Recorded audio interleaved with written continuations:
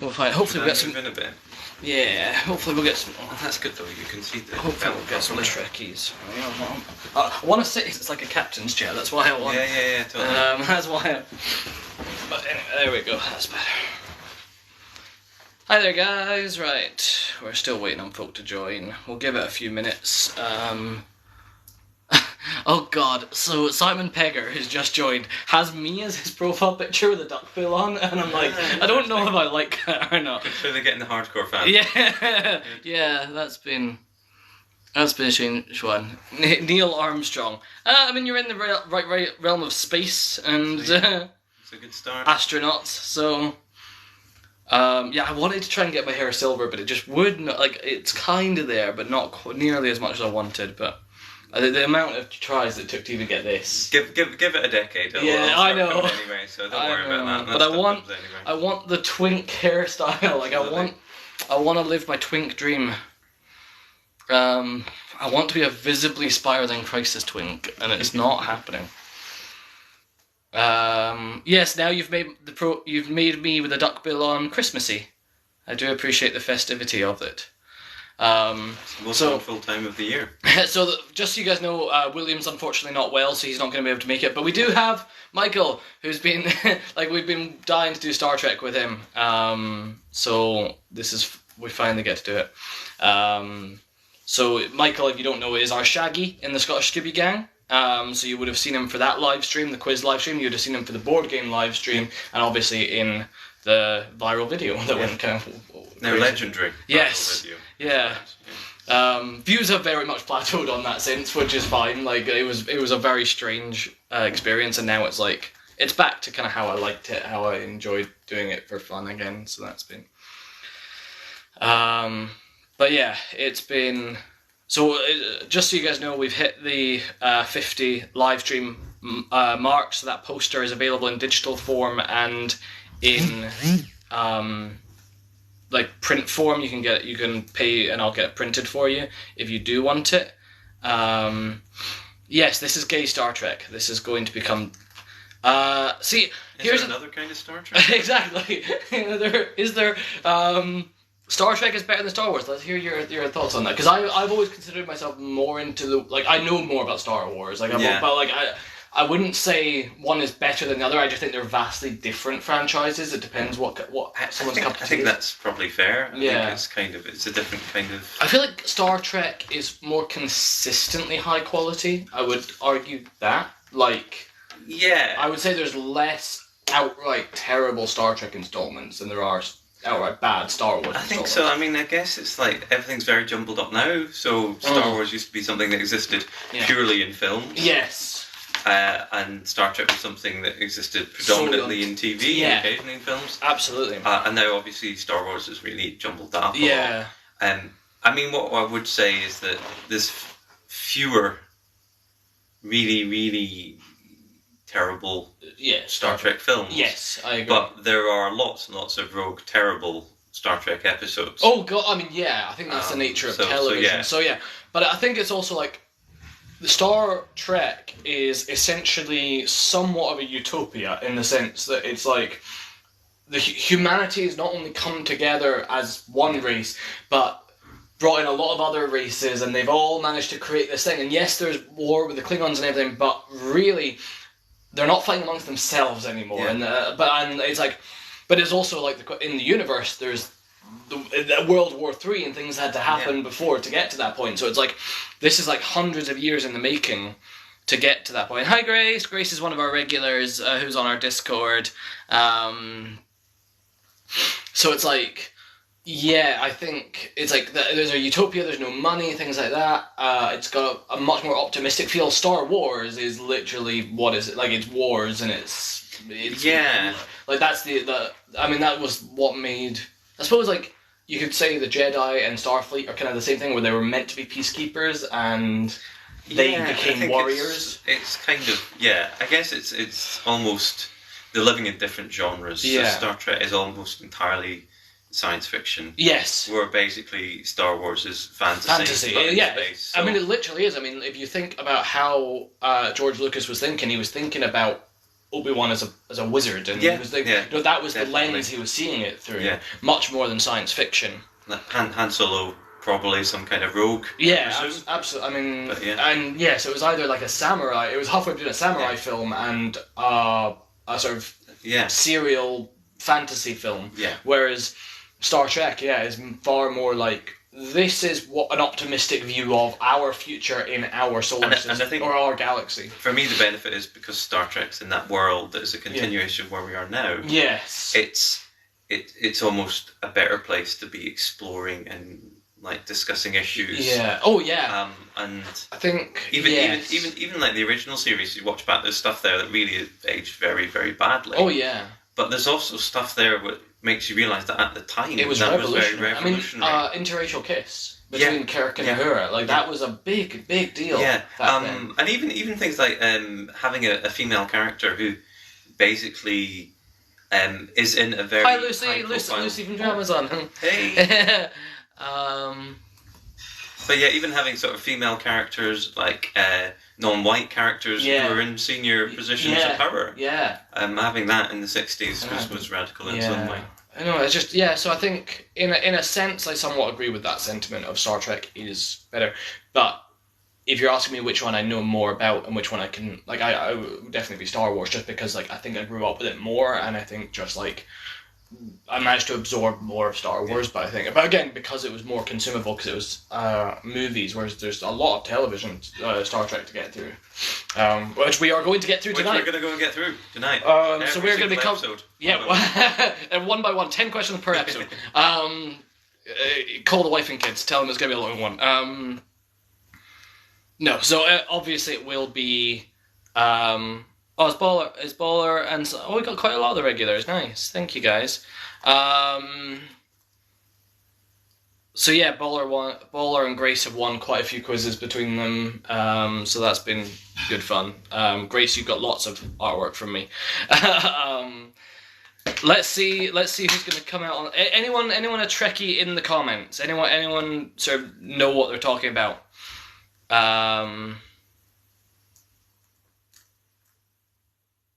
Yes, no, I do. Grace, you've never seen it. Just guess. Just guess, Grace. So we'll start. So just for context, this is Michael. He's dressed as Spock or Mirror Spock. Yeah, Mirror Universe Spock. And I'm guessing we'll get into that, like what that, because like that's been parodied so much, like by things like Community now, is the mirror thing with the goatee and everything. Oh, hi William. Hope you're feeling okay. Thank you for joining. Yeah, everyone send love to William in the chat, because he is not feeling well. So everyone send lots of love, and it's been a really rough few months for all of us. So please go send some love. Anyway, so we'll get into all that. So William's dressed as Spock, and he's going to cover Spock as a character. I'm dressed as a character called Captain Pike. So just for context, for anyone who doesn't know, obviously James T. Kirk is the famous Enterprise captain. Pike was the captain before Kirk on the Enterprise. So that's a bit of context for who I am and who I'm dressed as. But cool, so I think, do you want to start, because Spock's a familiar character, and has been around since the beginning. Cool. Do you want to start with your Spock questions? Yeah. I'm going to ruin my carefully assembled cosplay here. And put my glasses on, because I will not be able to see a gosh darn thing otherwise. Cool. So, we're ready for some Spock questions. So just, again, to reiterate the rules, please leave your answers in the chat. All that jazz. No, that's fine, Grace. No pressure. You can pop in and out, that's fine. But yeah, leave your answers in the chat. Please don't Google. You guys know the drill. But let's kick off. So some of these I think are easier and some of them are a bit more deep cut. But I think I'm in the same boat. I've tried to make mine reasonably easy tonight, but we'll see. But yeah, really interested to see kind of how many of these folk get. Yeah. And also, maybe it's a trigger to you to go off and have a little I've thoroughly enjoyed some of the newer stuff. I think a really accessible one is the Lower Decks cartoon. Yeah. It's a good starting point. Because it lampshades a lot of the older stuff, and it's almost like you're watching fans of Star Trek in the Star Trek universe. That's how it feels. Totally. So, first up, what was the name of Spock's childhood pet? Oh, goddamn. I have heard this like recently, and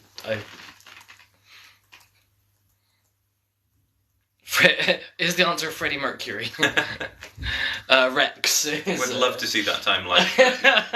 Well, just keeping Freddie Mercury as a pet. Okay. It was Joey the Budgie. that's another answer in the chat. Any of these correct? So close, people. So close. Disappointed.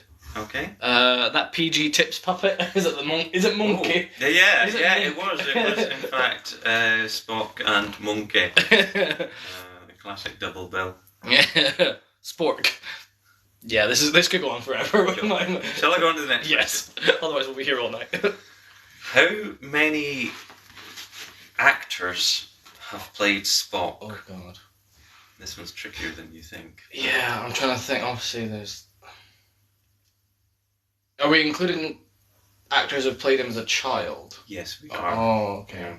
I maybe shouldn't have said that, but 4, 7, 3. Any of these correct? I can do a bit of generation game with the numbers. Higher. Oh, really? Oh god. Yeah. So I should say, I basically grew up with a bunch of friends who were very heavily invested in parts of the Star Trek world. Yeah. So I have leaned on them a bit to help me with these questions. That may mean, though, that some of them are just hopelessly, niche. Yeah, 14 or 18. Any of those guesses? Okay, a little lower. A little bit lower. Somewhere between, though, the lower numbers and higher numbers. 10 is another answer in the chat. Anywhere close? That's getting pretty close. Oh. Yeah. 12? 11? That's moving away again. Oh, okay. So go down a little bit, is that right?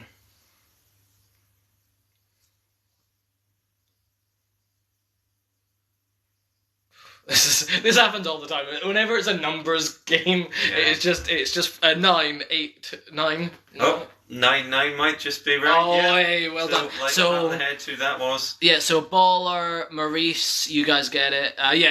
Hey, remember, that's the Cammy special. That's Cammy's approach to answering questions, is just name numbers. Yes, first time, yes, absolutely Baller. No, this is good then to say. Some of these are very deep cut. Okay, to crack on, next question. When the original series of Star Trek first went out, what did the studio not like about Spock's ears? Oh. So the studio had something to say about Spock's ears. Not and they didn't really like them. What did they say? I knew there was something to do with the makeup they used for Spock, or they were going to use for Spock, but on a black and white screen it would look like blackface. Well, basically Leonard, and also Leonard Nimoy himself didn't really like all the prosthetics, but the studio got cold feet about Spock's ears. They were made of candle wax, so melted in the lights. Is one of the suggestions. That would be good, but no. Okay, Chris, I know the joke you're about to make. I know that Chris is saying, I thought Spock had 3 ears, and I know exactly what the punchline to that joke is. Yeah, left, right, final, front ears. Yeah. So caught you out there, Chris. But you get a point anyway for making us giggle. Yeah.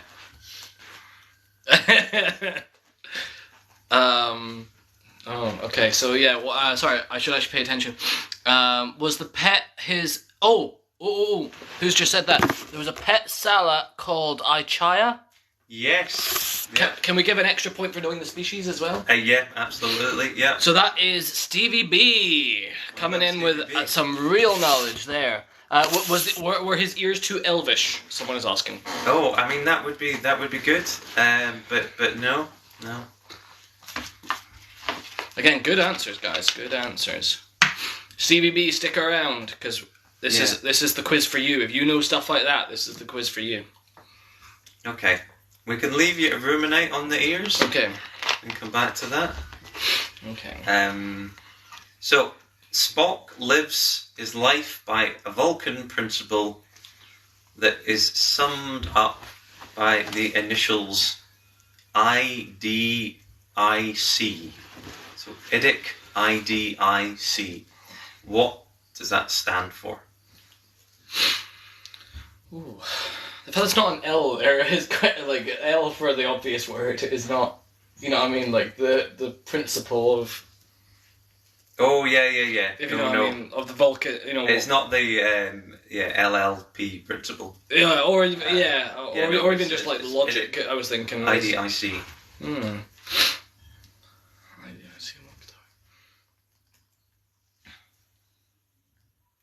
So it's a Vulcan principle. Yeah. Which I think actually stands true today. I would say. Well, I'd say today also stands true thousands of years into the future. Yeah. But yeah, it feels relevant now as well. I duke in cupboards is one of the suggestions. Yeah, it was an ancient Vulcan of I duke in cupboards. Infinite diversity in infinite combinations. Who got that then? Stevie B. Stevie B is on fire. Absolutely right. It is infinite diversity in infinite combinations. Which I think is a lovely idea. In David's intimate cavern is another suggestion. I think that was the fanfic version. Oh, okay. I don't know whether folk know this at all. Stevie B might know this, but actually, the original series of Star Trek was instrumental in the development of fanfic. Yeah, and a lot of the earliest magazine fanfic and cosplay as well. Yeah, actually, and particularly there's early convention pics. Yeah. Of cosplayers and. They are almost entirely female. Okay. So anyone who is sadly still in this day and age grousing about female cosplayers, actually, that's or female characters in science fiction. Yeah. That's been around for a while, guys. Get used to it. So there's a big link with fanfic as well. That's fun. Particularly about Kirk and Spock, but we'll not go down that avenue right now. No. Cool. We ready for another fun niche Spock question? Yes, absolutely. What was Spock's mum's name? Oh God, I recently learned this and I'm trying to remember. So just for context, if you aren't familiar, Spock is half Vulcan, and half human. Or half human and half Vulcan. Whichever way you want to look at it. Prejudiced. Yeah, we're not prejudiced at all. Susan, Karen are the suggestions. Are you wanting first name and last name? I'll settle for either. Okay. If I give you a clue, the surname actually shares a surname with a character from a completely different fandom. I think I know what you're talking about. Yeah, I know what you're talking about. I don't know how much of a clue you want to give away on this. Sarah is one of the suggestions.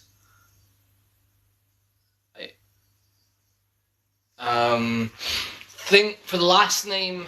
Think of Robin. I'll give you that. I think that's fair enough.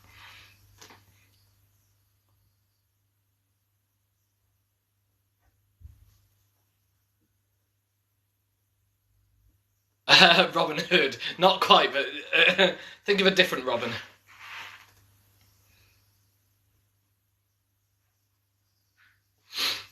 From another nerdy franchise.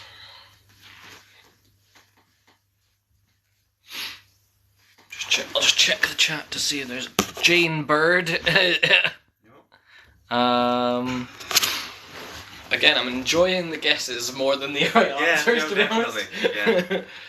Some very spirited guesses here. Yeah. And then there's just Stevie B coming in whenever they want just to crush it. Right, shall we move on? Yeah. Okay, this is sort of a multi-part one. How many siblings does Spock have? Ooh. And once we've crossed that bridge, can you name them? No. Well, I can name the one that he's not technically related to, but grew up with, maybe. Mm-hmm. I don't know if you've got that one as one of the options. But that's only because I've done my research for my questions. I can name his dad, if that helps. Oh, Chris said Amanda for mum's name, I think. Yep, spot on. So Chris, you get a point there. Simon, I'm tempted to give it to you for Mandy, because that's pretty close. That's pretty close, actually, that's pretty close, so Simon, I'll give you that point. Right, so Spock's siblings. So what's the question, how many he is? How many he has? It was a pretty spot on guess. You did very well. There's a pretty Spock on does he have, Chris is saying 1 or 2 siblings? Yes, does have 1 or 2 siblings. Yeah, right, I think I know the answer to that one. Okay. It's just naming them. So, names of those 2 siblings. Okay. So Chris, you get the point for 2. He does not get 30. He does not have 34 siblings, to my knowledge. I don't know why. Again, we're straying into fanfic here. Yeah, I don't know what his mum and dad get up to.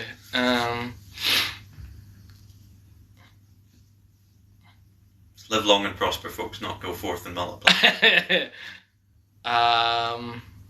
Doc, Lock, Mock, Talk and Walk. Yes, the names. Absolutely, yeah. Yes. Very unimagined parents. Weirdly enough, not, but actually, the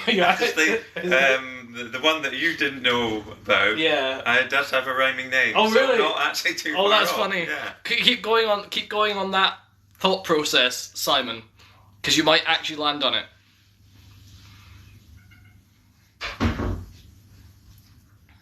So say if they'd maybe thought of calling their child Simon. Cybok. Stevie B coming back. Stevie B coming right in there, getting right ahead of me. Yep, that's correct. Cybok. And can you name the other sibling who's not technically related, but grew up?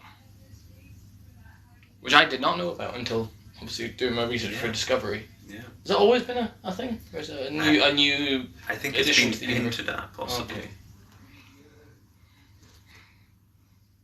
It felt like almost like a fan fiction thing. Like, yes, my role playing character is Spock's sibling, like half sibling or whatever. Like that's kind of what it felt like a bit. I mean, this is an obvious giveaway, but this says shares a surname with the mayor of the Manchester mayoral region. Oh, really? So I mean, that'll obviously tell. That'll tell all of it. You'll all know that in a sec. Stevie B, come and steal some points. What is Spock's foster sister called?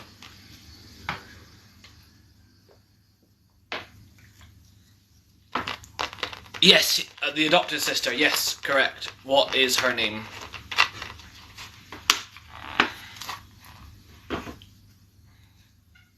It is not Jacob Rees-Mogg. No. Is he mayor of Manchester now? That would be an alarming. Oh God. Development. Don't think anyone expected that.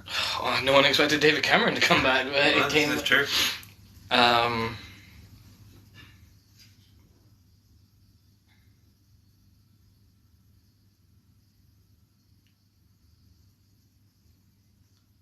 Her surname was Burnham. Yep. Correct. She has a tradition. Actually, she has a traditionally masculine name. Yes.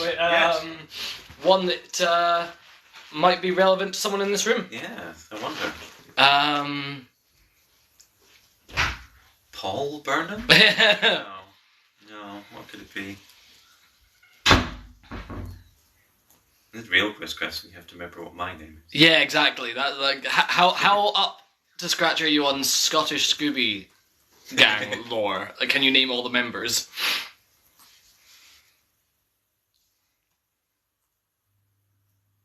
We'll move on and drop it in the chat if you guys do catch it. Okay. Michael. Yes, Michael is correct. Grand.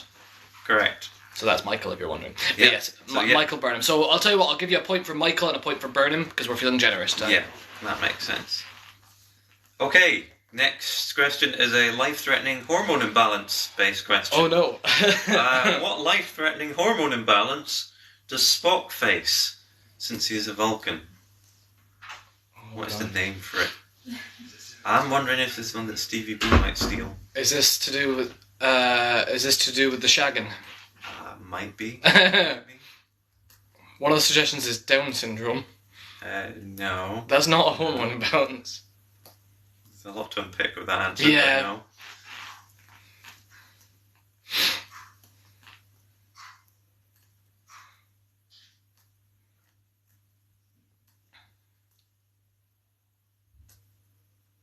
Gotta be careful about like talking about that stuff, because once I went on a massive rant about how I wanted to bang Brendan Fraser from The Mummy, and TikTok banned me for that. So not what they signed up for. Was it the same as Tuvox? Yes, it was. Oh, see, Stevie B knows their stuff. Yeah.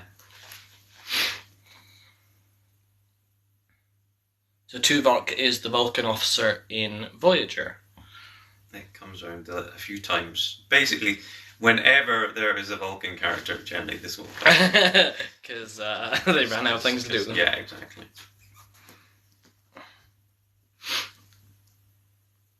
Was he like half woman, half bloke? What do you mean half, like, as in androgynous? Or... No, I don't know what you mean. But there are other original series Star Trek episodes that do play about a bit with that stuff. Yeah. There's also an Enterprise episode in which one of the male crew gets pregnant. So. Oh, that again. Why are we devolving into Star Trek really revolutionized fanfic with Mpreg? Yeah, no, well, honestly, Is Star Trek responsible for Mpreg fic? Because if so, I'm gonna have words. I'd be surprised, but I'm not saying no. Stevie B, have you got? I'm asking you because typically you know. I've just seen the words seahorses, and I don't know what, like, are you talking? Oh right, yeah, males getting pregnant, right? Okay, I just clicked what you're on about there. Okay, I think we can go on to the next question. Okay, I'll wash up in a little bit of the answers. I want to see if I can get any of these once we rattle through them, because I've been trying to hold back. What musical instrument does Spock play? So I saw a documentary on that. There's also fish where their todger falls off. Yeah, indeed. I think clownfish do that to an extent. I don't know its name, but I know it's a degenerative neurological disease only curable by the mind meld. Ooh. Ooh, it's not what I thought it was then. Well, it is kind of curable by something else, but... Oh, right. Is it what I thought it was? Yes. Okay. But right, sorry, what was the sorry, what musical instrument does Spock play? Just the bagpipes, real loud. Absolutely, He just plucks off everyone on the Enterprise with it. I can tell you first that not bagpipes or saxophone. If any of you are reaching for those. Bass guitar? I mean... Is it a human instrument? Think, like, canonically, he doesn't play the bass guitar, but I feel vibes-wise, just like very mellow. Just feels like does have like bass guitarist energy. Yes, he does. Is it a science fiction fictional instrument, or is it a real thing? It's a very Star Trek instrument, as in it's an exotic, strange instrument, which is basically just like a alien version of Earth instrument. Oh, okay. A flute, a lute. What was the second one? Flute or lute. The second bit was right, yeah. Or a lute. A lute. It's indeed a lute. Oh wow, okay. He plays the Vulcan lute. Oh, nice. Cool. Shall I do a quick run through? Yeah, we'll do a quick run through, and then I'll go through my Captain Pike questions, and then we can... So, Stevie B, I think we got the answer to the one about the childhood pet. Yep, we did indeed. We got a number of people who played Spock, but eventually we got to 9. Oh, right. So the reason the studio didn't like Spock's ears is they thought they were satanic. Oh! Oh no, your wig. Spookily, as I say the word satanic, my wig falls off. Your wig has come to life. That's funny. So so the studios thought the ears were satanic and people wouldn't like that. However, the fans actually really liked the character of Spock and demanded that he be given centre stage. Yeah. In it. Yeah, it really did become like the double act between Kirk and Spock. More like definitely, yeah. And yeah.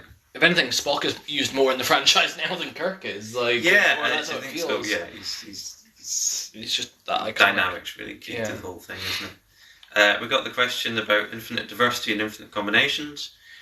We got Amanda Grayson. Oh yeah. We got Cybok and Burnham for the siblings. Yep. The life-threatening hormone imbalance is the pond far? I thought it was Pon Far. I thought yeah. that's what you're talking about.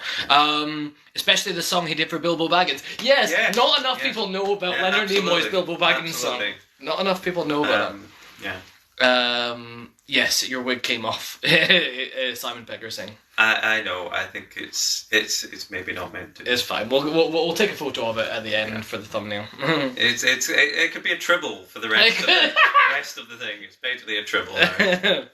Remember tribbles, because I think it comes up in one of my questions. Yes, Pomfar. That's what I thought. Right, is that your question? Yeah. Shall we do the Pike question? Yeah. Right. So this is 10 questions about Captain Pike. So just for perspective, Captain Pike is the captain of the Enterprise before Kirk took over. So question 1: which actor plays Christopher Pike in Strange New Worlds?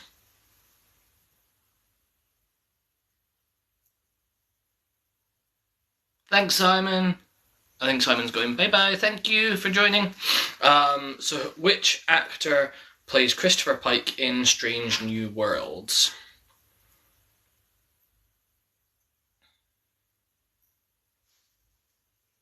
Leonard Nimoy, William Shatner, Spaced Out album. I've not heard the whole album. I'm curious about that. Oh, yeah. I think I have heard that. Yeah, it's memorable, isn't it?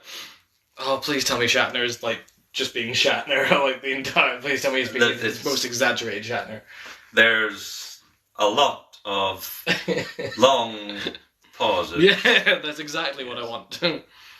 Okay, question 2. Lucy in the Sky with Diamonds. That's just LSD. Question 2. What hobby or activity is Pike regularly seen doing in his quarters? Keep your minds out of the gutter, please. So, what hobby or activity is Pike regularly seen doing in his quarters? Is it exercising on his special Pike bike? Yes. It has a special Pike poker. Well, yeah, I was going to say, if you folk get to put dumb answers in, I might have a go as well. So what hobby or activity is Pike regularly seen doing in his quarters? Oh, thank you for the follow.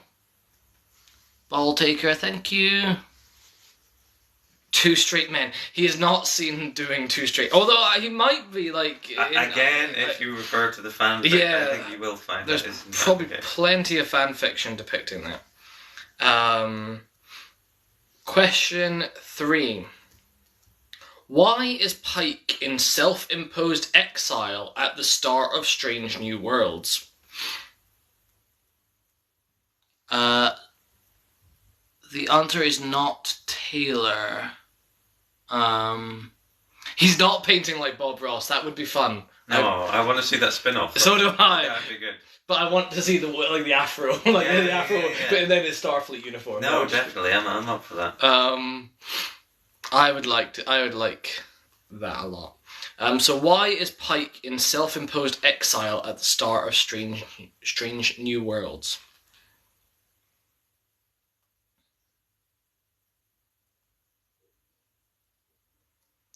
I'll just keep going until I see answers. That might be the best option. Question 4. What was the name of his childhood pet pony that had to be put down? And the sillier the answer is, the closer you will get. Was it Chelat? No. What was that? Sorry? No. That's Foxchild. Oh, yeah. Peony. It's not Peony. I've just had a thought, and I'm like, should I say this dumb answer? But no, what if it's actually the correct dumb answer, and I'm stealing away answer points? Honestly, I would say go for it. Enthusiastically, is it called Tony the Pony? Oh, it's not. Unfortunately, that would be fun. Okay. He has quite a regal name. Okay. Sir Tony the Pony. You are keep the Sir in mind. Okay. It is Sir something. Sir Loin? No, but terrible name for a pony. that would be so dark. Question 5.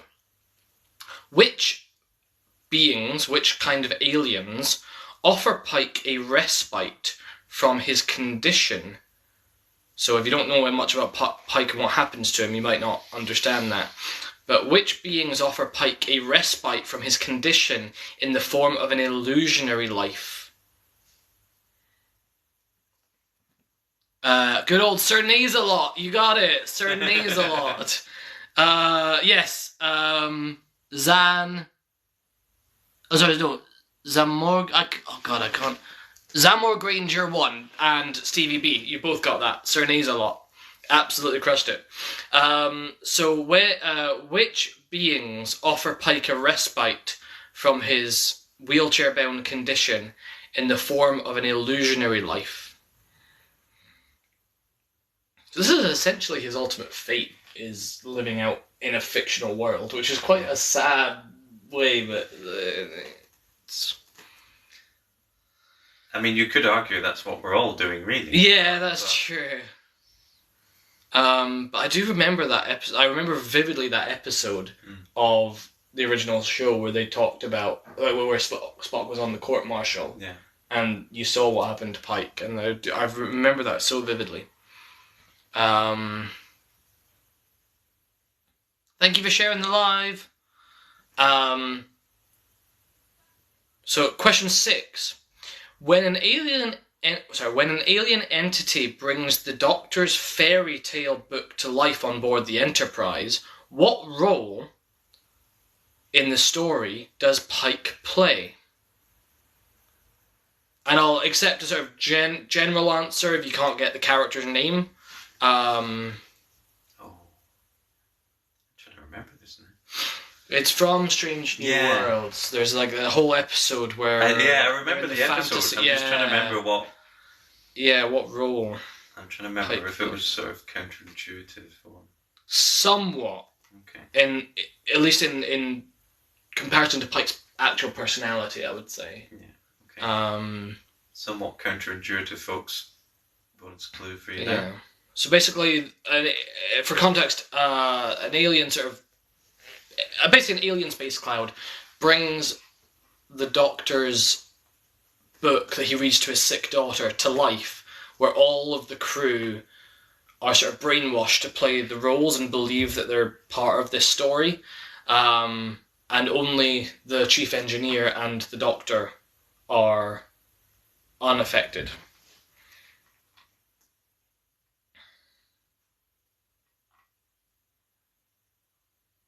Right, I'm going to mute you for trying to incur people's political wrath. Thanking you.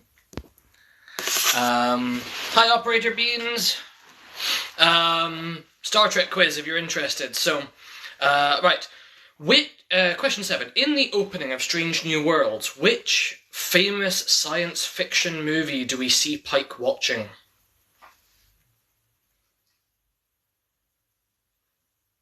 So, in the opening of Strange New World, what famous science fiction movie do we see Pike watching? It's quite an old-fashioned one. I've got 3 ideas of what it might be.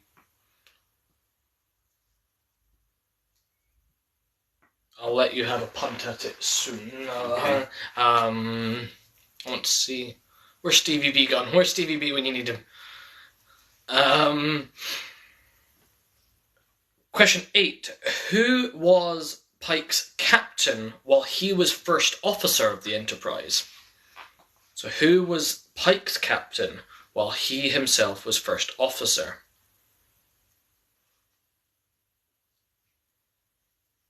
Of the Enterprise. Question 9. This is proving to be a very difficult quiz. Hopefully it'll get easier when we go through the shows and the movies. I'm hoping that some of those will be a bit easier to guess. Question 9. In the original rejected pilot of Star Trek, who played Captain Pike? So I didn't know this. There was a version with Captain Pike before you see James T. Kirk, before they hired Shatner, which I thought was interesting. It's like with Big Bang Theory, there was another character before Penny, in the rejected pilot and stuff like that. Oh, I find those interesting. I find the one with I thought the one with the A-Team I always found very strange, because there's straight up different face man for the first two episodes. Yeah. It's very strange. So, in the original rejected pilot of Star Trek, who played Pike? It was not Darth Vader, and it was not Rolf Harris, thank fuck. Question 10. Sean Kenny played the disfigured version of Pike we saw in the original series. What is the last name of the other Starfleet officer Kenny got to play on the Enterprise? So he got his shot to do a character without any of the prosthetics and stuff like that. So Sean Kenny played the disfigured version of Pike we saw in the original series. What is the last name of the other Starfleet officer Kenny got to play? So I'll go through my questions and see how many you can get as the resident expert. Okay. So this is going to be embarrassing. Which actor plays Captain Christopher Pike in Strange New Worlds? It's Anson Mount. It is Anson Mount, correct. What hobby or activity is Pike regularly seen doing in his quarters? It's cooking. It is cooking. No replicators for him? No, he doesn't. He does everything and uses alien herbs and things like that. Why is Pike in self-imposed exile at the start of Strange New Worlds? It's because he's been given a glimpse of the future where he sees his own actions lead to terrible consequences. Yeah, so he basically he sees a glimpse of his future. Careful, guys, of the chat. Please don't get us banned. If you're going to put silly answers, please euphemize them, just for TikTok's sake. But yeah, basically, he got a glimpse of what was eventually going to happen to him and the crew members that were going to die as a result, so he gets obsessive about that. Which I don't blame him for. Yeah, it's a bummer. Again. Especially, like, as it wasn't just, like, what happened to him, but it was the crew members that weighed on him so much about, like, young crew members dying. Why is Pike... Oh, sorry, we've done that one. What was the name of his childhood pet pony? That is Sir Naze-a-Lot. We got that one. Which beings offer Pike a respite from his condition in the form of an illusionary life? I can't remember the name of these. I don't blame you. That is the Telosians.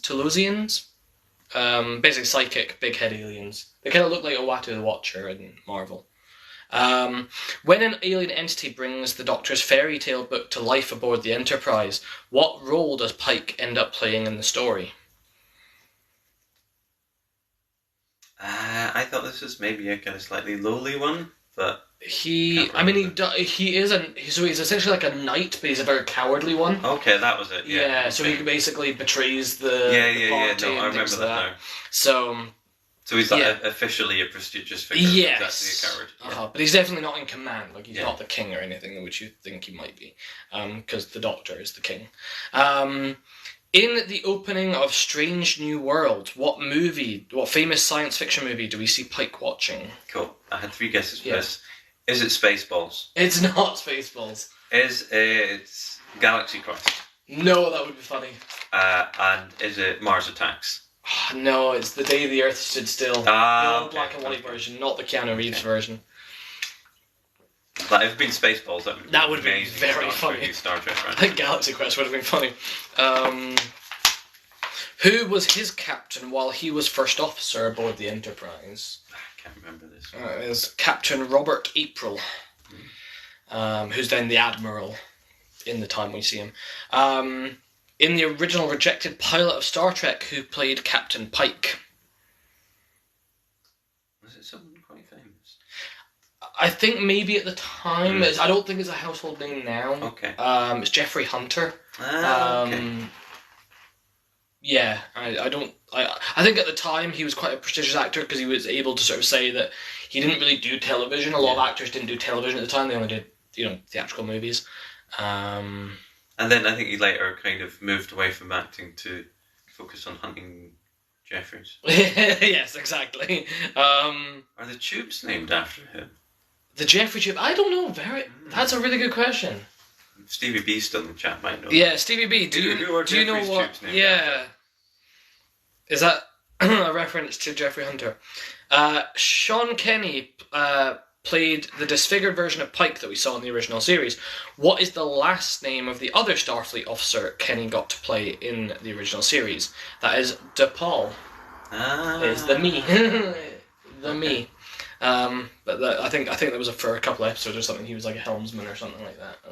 Cool. He had the yellow uniform on. So, cool. We will go to what should we do the original series and original series film? Yes, I think that's a good shout.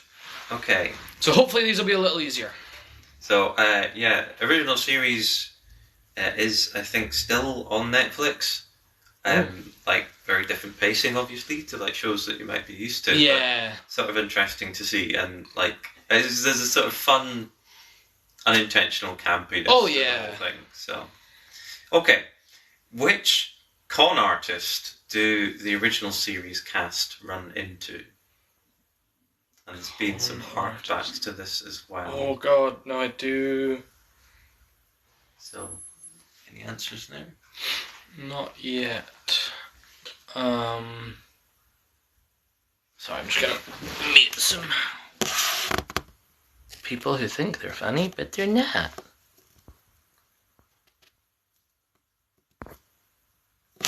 I'm trying to think con man in the Star Trek universe. I'm trying to think. It's not coming to me. Mud. Okay. Mud is Stevie B says. Stevie B says it. Stevie B is dead right. Oh wow. Stevie B, do you want to venture us a first name for a cheeky bonus point? Do you want an extra point, Stevie B? What was Mr. Mud's first name? Harry. Yep, absolutely. Wow, another point. Back of Stevie the B, you're back of the net. If you follow us on Instagram at Scottish Skibby Gang, I can get in contact with you after this quiz because so far you're winning by far. And I can what I do for people who win the quizzes is draw you a little piece of art that's you in this universe. So I can draw you in whatever Starfleet uniform you like, whatever sort of race you want, anything like that. So if you're interested in that, keep going with the quiz. But next question: in the Mirror Universe, what is the Federation's evil equivalent called? Oh. This actually shows up in a few of the franchises, but first shows up in the original series. I think it's got to be something evil and domineering sounding. I'm thinking. It's kind of a helpful pointer, but if you think what some of the Federation's enemies and rivals are called. Right, okay, yes, and I'm...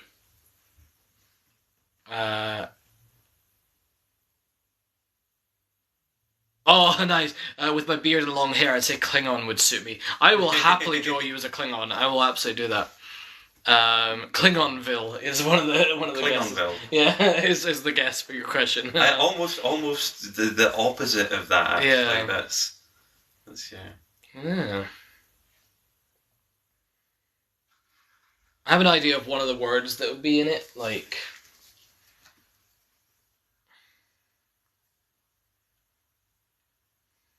Right, we'll move on, but we'll still... what was controversial about the original series episode Plato's Stepchildren? Is this something that's controversial then, but isn't now, is it?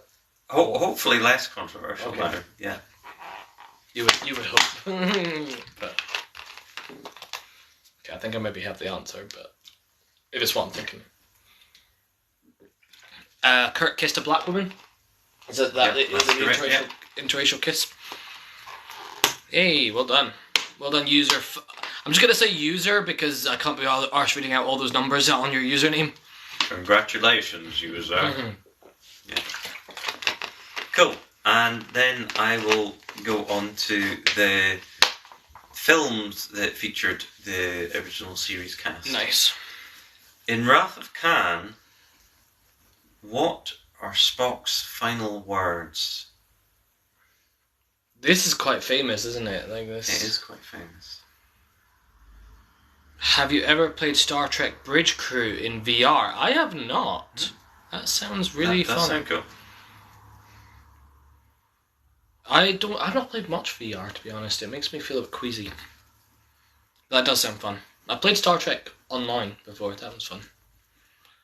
No, I might ask my friend Russell, who has a VR headset, if I can, if you know, get a go on it. Yeah, might explore that. The needs of the many outweigh the needs of the few. That is something he says, but not his last words, is it not? Is it? Yeah. So whose guess was that? That is Agent 477. That is very close. Yeah. In fact, I think I'm gonna allow that. Okay. Because some of these questions have been tricky, damn hard and niche. Yeah. So actually, you are my superior officer. You are my friend. I have been and always shall be yours. Is what Stevie B is saying. That's in there as well. Yeah. So a point for Agent and a point for Stevie B. Cool. This one goes back to being a bit niche again. So no pressure, but looking at you, Stevie B. Which Star Trek original cast movie was advertised with posters with the tagline, "Why are they putting seatbelts in theaters this summer?" It's actually a thing. I just read users' comment, which is, in that I ken what it is, but I can't get to it. That sounds more like Scotty. That sounds like something Scotty would say. I can't do it, Captain. I didn't have the power. It gives a different tone to it, but yeah.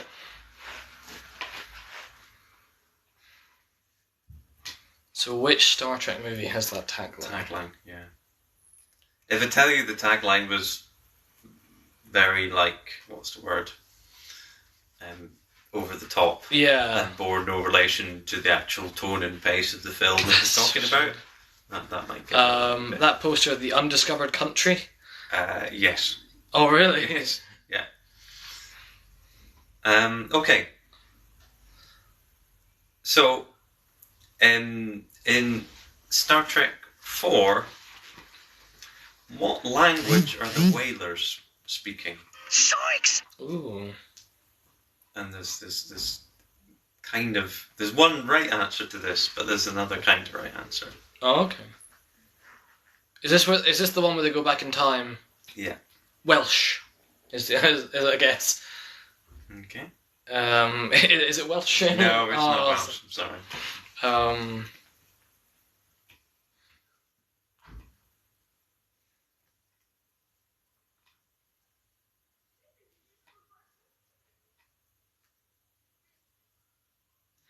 I think I have a guess, but I might be wrong. Surprised we're not had any guesses on this one. Yeah.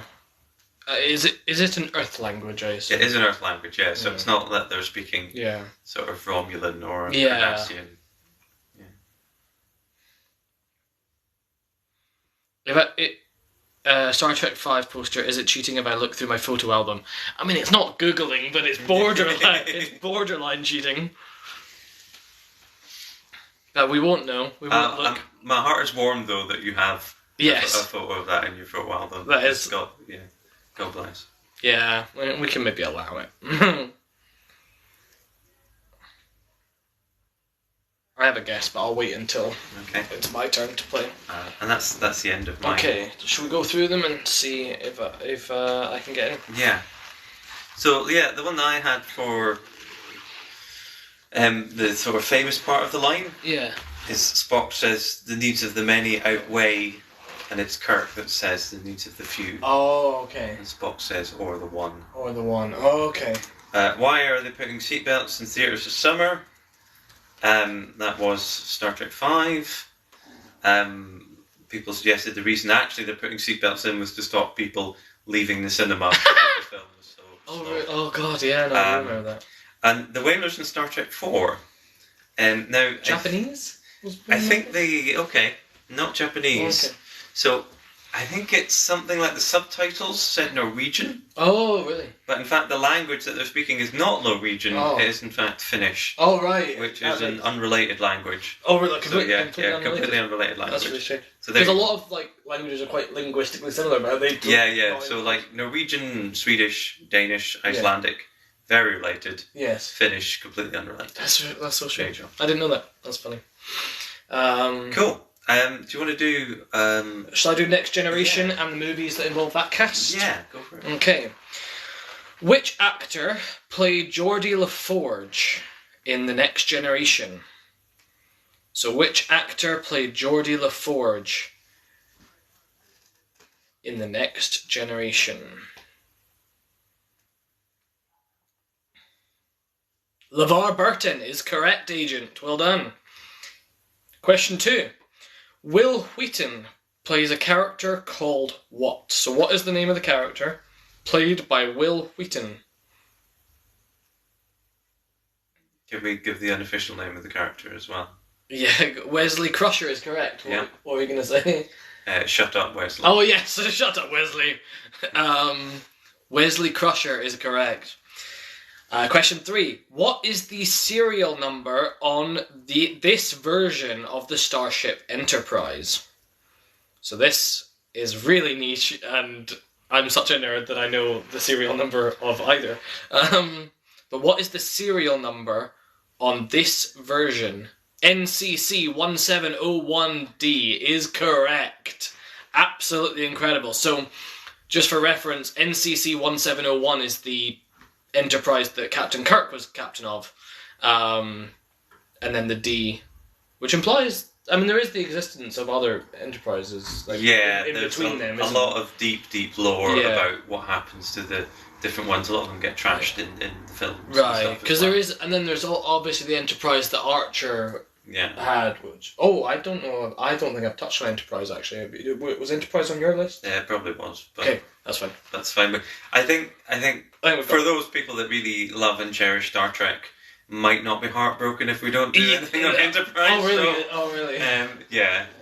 People have feelings about it. Oh really? Oh, I've never really seen it. It starts well, but it kind of goes weird. Oh, that's a shame. Anyway, can I throw in a bit of random trivia? Yes. I learned this yesterday, but apparently in the closing cast shot that they took where Enterprise finished, there was apparently taking a photo. There was a pause, and someone just said, "Thank God that's over." So there you go. Oh God! Wow, that really does. I just remember it had Scott Bakula in it, who was in Quantum Leap. Yeah, no, and it starts off fairly well, but it just loses its way a bit. Oh. Archer's ship carried the NX tag because it was experimental. I did not know that, and I will give you an extra point for that trivia. There you go. Because I'm feeling generous. I'm just giving away points because people people who know things is a godsend tonight, because obviously the questions are quite niche and the subject is quite otherwise niche. It feels like some kind of cruel punishment. Yeah. Demanding it's meant to be fun. It's meant to be sharing our love for things. So, describe what is meant by the Riker maneuver. Describe what is meant by the Riker maneuver. This is more of a meme than it is like an official thing, but it comes up. It's been parodied quite a few times. Is it when you say to someone in a bar, "My friend really likes you," they bought you a drink, and then pretend that your friend's left? That would be sitting on a chair weirdly, yes. It's basically the art of straddling a chair from behind every single time he goes to sit in a chair. He cannot sit in a chair normally. He has to straddle it from behind. Do you know why he does that? What? Apparently it was because he had back problems. Oh, really? From being a tall lad. Oh, okay. So actually it was easier for him to do that than it was to sort of sit down and then just the producers just like the vibe and the energy again. That's the thing that your character does now. Yeah. Yes, Riker got cherries, so yes. Question 5. Why does the Starfleet... So this is this is a production question more than it is an in-universe question. Why does the Starfleet command uniform go from yellow or gold to red in Next Generation? So obviously in the original show, yellow was the colour for command, for captains and first officers and things. Apart from Spock, who was a science officer as well. But the command colour goes from yellow to red. Why? Such a weird reason. Or kind of just like a silly reason to go change the entire universe on a whim like this, but... suppose in 100 years they can change the uniforms if they want, but there's no consistency ever. So why does the Starfleet Command uniform, the negative association with the red shirts? I assumed it was going to be that, but apparently it's way simpler than that. Something to do with the cameras they used at the time and the colour correction. That's all really good and probably more logical answers than the one I have written down. So to be fair, we actually got all the answers apart from that. So the answer that I have written down, and I have tried to research this, although that may be a factor, both the red shirts thing and the camera technology, but apparently it was just because Patrick Stewart didn't look that good in yellow. It was just simply the fact that he looked better in red. So they decided to make the uniforms for Command red. It's apparently that simple, although I like your answers better. So I'll go on to the movies that involve the Next Generation cast. So there's 4 movies. I've got 5 questions, but there's 4 movies. In Star Trek First Contact, Picard's crew travel back in time to meet the first person to create warp speed flight. What was his name? I'll be quite impressed, but I'm guessing Trekkies would get this quite easily. Yeah, should do. So I'm going to show myself up by actually forgetting what the guy's name is. But I'm aware of it in the moment you say it. Yeah. I'll be kicking this. Speedy. It would be great if it was just Speedy. No, in First Contact, Picard's crew travel back in time to meet the first person to create warp speed flight. What was his name? Zephram is the first name. I'll give you 1 point for Zephram. Yeah, I remember what the second name is now. So can you give me his second name for another point, Stevie? Cochrane is correct. Zephram Cochrane is bang on. So that's 2 points right there. I'm going to be generous and give you... Question 2. In Star Trek Generations, nice easy one, which 2 famous captains join forces? So in Star Trek Generations, which 2 Starfleet captains join forces? Kirk and Picard, correct. Question 3. In Star Trek Insurrection, Geordi LaForge regains what ability that he previously did not have? So in Star Trek Insurrection, Geordi LaForge regains what ability? His sight, yep, his sight without his visor. Question 4. In Star Trek Nemesis, what is the name of the rebel leader of the Romulan Empire's slave race?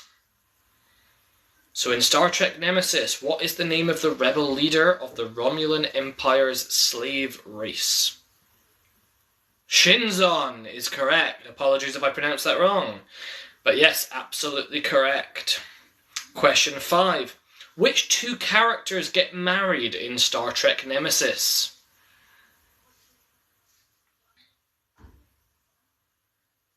Which 2 characters get married in Star Trek Nemesis?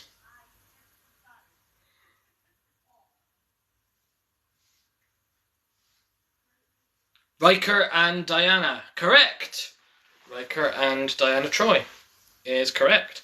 I think we got all of those actually. Yeah, wow. You absolutely crushed that round. Well done.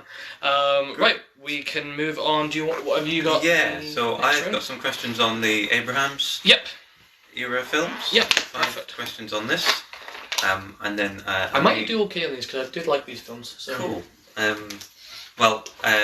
Yeah, I might need to beam out after these, but yeah, no, that's absolutely fair. So, which cast member didn't have to do a formal audition for the 2009 Star Trek film?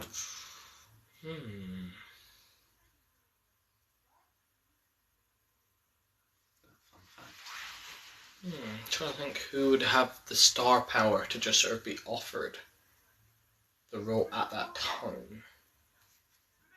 Is it Chris Pine? Someone's asking. No.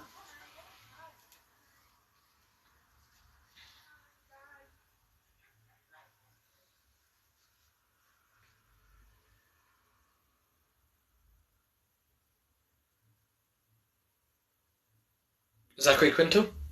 No. Gonna make you go through the entire cast until you get the right one.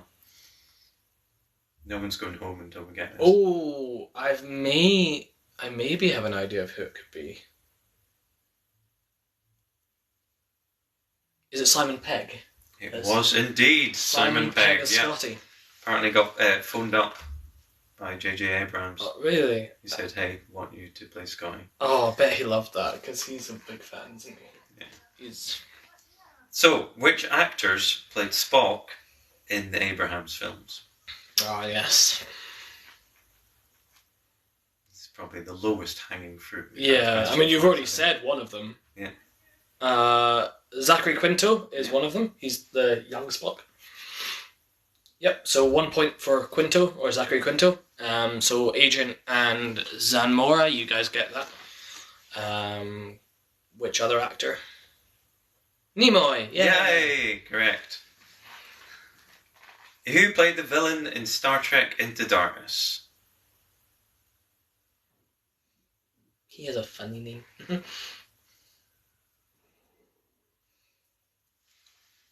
I'm using variations of his name also accepted. Benedict, come on my buns. Yep, that would do. No, they actually said it right. I just read it wrong. I read it wrong on purpose. Well, bonus points for getting the actual name as well. It is Benedict Cumberbatch. Where does Benedict Cumberbatch's character end up at the end of the film?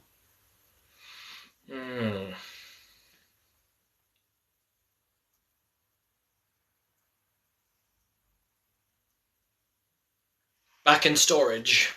Yeah, that's right. Pretty much it's back in the old cryopod back there. Nice. Okay, and last question. This is a really cheery, fun question to end on. So, warning ahead. Which cast member sadly died before the release of Star Trek Beyond? Oh God. I'm trying to think when this came out.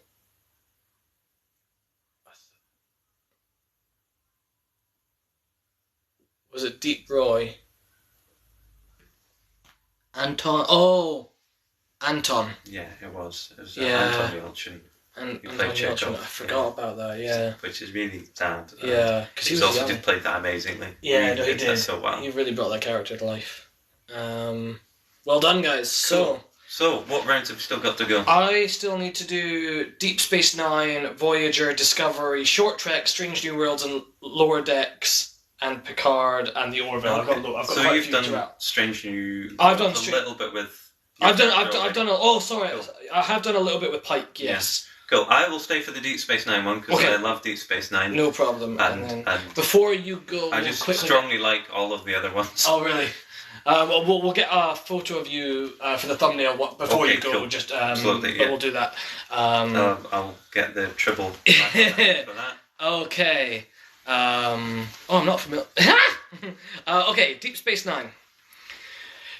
Star Trek Deep Space Nine differs from most Star Trek settings. Why? So Star Trek Deep Space Nine's setting differs from most Star Trek settings. Why? It's a space station. Yep. Rather than a spaceship. Question 2. Which Star Trek race built the station? Oh, we've got controversy by saying it's crap in the chat. I've not seen it.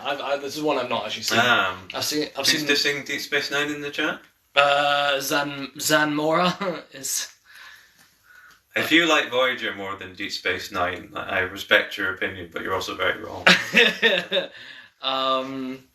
So which Star Trek race of aliens built the station? Okay, you're saying the founders, and I'm not smart enough to know if that's right. No. Oh, okay. So, in terms of that, might be a kind of a deep cut answer. Oh, Is that Stevie B with that? Yeah. Oh, Cardassians. That's the one I've got written down. Yeah. Agent. The Kardashians. Yes, it was Kim Kardashian, famously. What is the name of Deep Space Nine's commanding officer?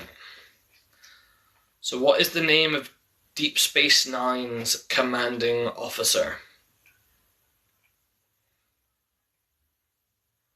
Also had famously a big chart hit a few decades ago. Oh, really? Yeah. It's a song about a piece of underwear. Really? Weirdly enough, yeah. That's funny. Benjamin Sisko is correct. Well done. Question 4. What is the name of the money-hungry race, and what is the name of the character from this race in Deep Space Nine? And this is the sort of biggest character. Yeah. Yeah, because there are other ones, but I'm aiming for like the main. Ferengi and Quark is correct. So you get 1 point for Ferengi, 1 point for Quark. What is the name of Sisko's son, and what does he want to be rather than an officer in Starfleet? So what is the name of Sisko's son, and what does he want to be rather than an officer in Starfleet? His name is Jake. So you get Stevie B an agent, you get... I mean, there's now competition in the chat, but... That's good. An artist, not quite, you're closer. He does not want to be Bob Ross. Maybe he does want to be Bob Ross, but he never expresses that. That's in the new series that's coming. Jake Sisko has become the Oh, that'd be so fun. Dimension Bob Ross. But you are right in saying that it's very like close with the artist. Yeah, it is a writer. Yay! Well done. You guys crushed that round. Well done. Right, we'll use your phone because mine's currently doing the live stream just to get a wee photo before you go of you maybe doing the hand thing. And then 2 seconds, guys, and then I'll get back to my round in a second. I'm gonna find the bit of the wig that looks most Spock-like. Yeah, because we need to take photos for the thumbnail. Learning mainly that my head's a lot bigger than Paul's. Yeah. Make sure there we go. Your nice pointy ears are cool. You want to do this as a selfie or? We can do it. I'll get one of you standing up if maybe I'll get because I can cut the background away. Bear with me. I'll maybe get you over there. It's fairly neutral. Bear with us, guys. We are still here. Right, I'm just going to do a little side view so we can see the pointiness of the ears. Lovely, thank you very much. If you send those to me, that would be awesome, and I'll... Okay. Thank you for joining. Thanks everyone, you've been great. Live long and prosper. Give all the love to Michael. And if you love this lots and lots, I might even come back for another Star Trek one. Yeah, well definitely. Like if you guys are enjoying this, then we can certainly repeat this theme. Yeah. You've been fab. Take care. Thank you guys. Right. Okay. So I've got a bunch more questions, but I'll try and rattle through reasonably fast because we've got quite a lot of the franchise still to cover. Question. So this is on Star Trek Voyager. Question 1: Where was the USS Voyager trapped for the duration of the show?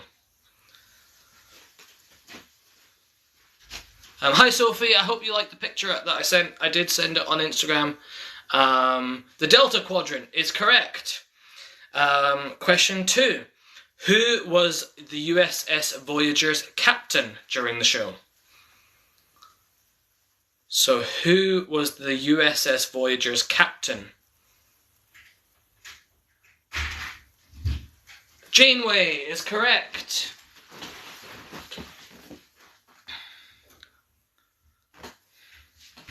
Janeway, Captain Janeway. Question 3. What is the name of the reformed Borg member of the crew?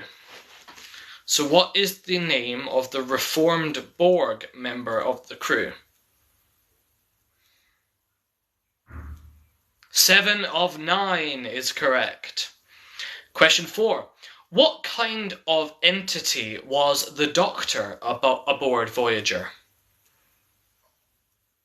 I'm really glad. I'm really glad, Sophie. So yeah, if you win the quizzes, you get a wee piece of art. We used to do physical prizes, but then I got too anxious about sending them. and going to the post office, and it got very expensive. Hologram. I'm probably going to avoid the new Garfield movie. I have no real love for Garfield. But yes, he is a hologram. He's an emergency medical hologram. Question 5. What resistance group was Chakotay, who would become Voyager's first officer, part of before being trapped with the rest of the Voyager crew in the Delta Quadrant? He was a member of the Maquis. Is correct. Well done. You guys absolutely aced that round. Well done. Absolutely killed it. We're going to move on to Star Trek Discovery now. So 5 questions on Star Trek Discovery. Question 1. Which actor, known for his creature and prosthetics work, plays the role of Saru, the science officer? I've only watched a few episodes. I've struggled to get into it so far.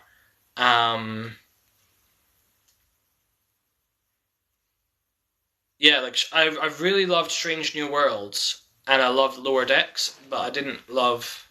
Yeah, it seems very confusing. But anyway, which actor, known for his creature and prosthetics work, plays the role of Saru, the science officer? It's not Jim Henson. That was a good guess. I'll give you a clue that might help. He's done things like Pan's Labyrinth and The Shape of Water. Hellboy, he was in that. So he's really sort of famous for his ability to sort of transform. Yeah, Hellboy. Yeah, no, that's the guy you're thinking of. If you can give me his name, I'll give you the point. Question 2. No, that was Guillermo del Toro was the director of Pan's Labyrinth, but the actor is what I'm looking for. Of the guy who plays Saru, the science officer. It's not Ron. Right, whose parents raised Michael Burnham? Which character's parents raised Michael Burnham? Oh no, sorry, other character. Sorry, Ron Perlman does play Hellboy.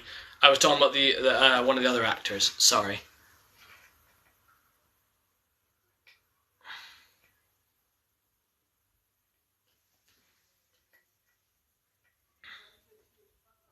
Right. I'm gonna mute you, Zanmora, if you don't. Okay, because I think you're just spamming now. So there we go. Apologies. So whose parents raised... Spock's father raised her. Yes, correct. Spock's parents. Question 3. Which ship did Burnham serve on as first officer at the beginning of the show? So what is the name of the ship that Burnham served on as first officer?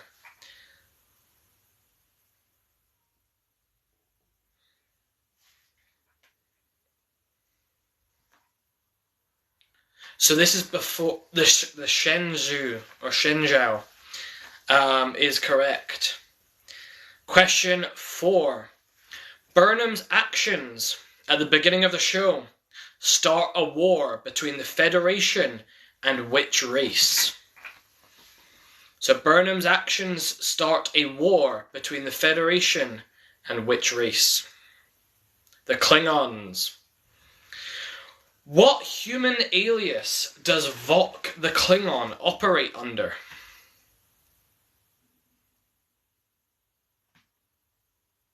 So what human alias does Vok the Klingon operate under? I'm just going to nip to the bathroom, guys, while you answer in the chat. I'll be back in a second.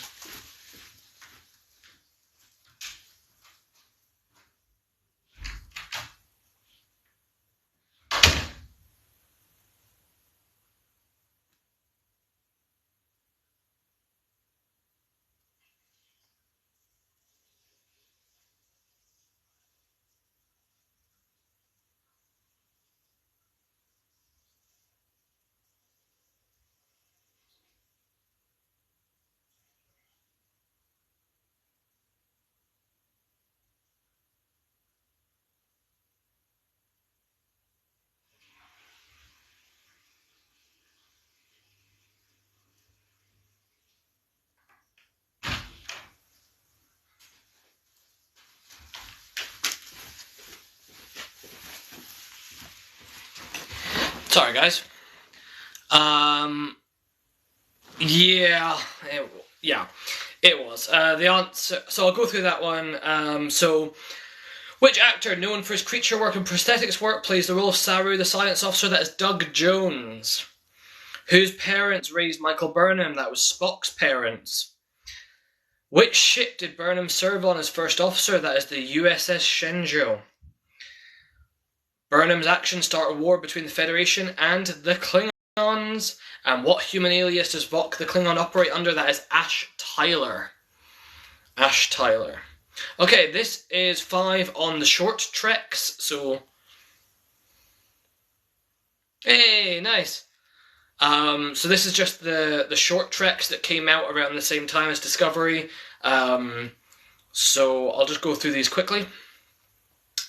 In what year did the anthology... So in what real year, did the anthology series Short Treks start?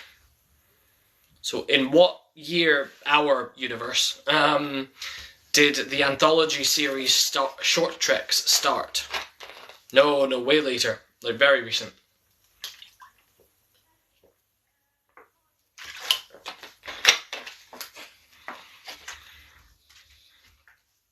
"2018 is correct.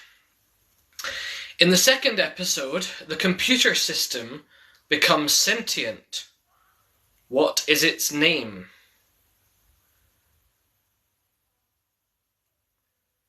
And now we're going into the future. So again, I'm going off the wiki here for these ones, so apologies if I'm... Adele. Is it? It's not Adele, that would be funny. That would be a very funny joke. No, I've only seen a couple. Question 3. Again, I'm more familiar with some of these than others, if I'm honest. But I thought it would be good to cover the entire franchise. As best, or at least most of it. Question 3.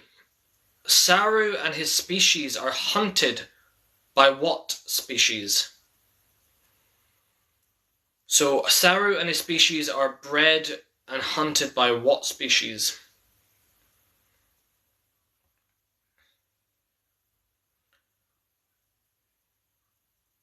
It's not humans, although, honestly, would you put it past humans? Question 4. Edward Larkin dies by being trapped under a mound of what infamous Star Trek creatures? Let me see.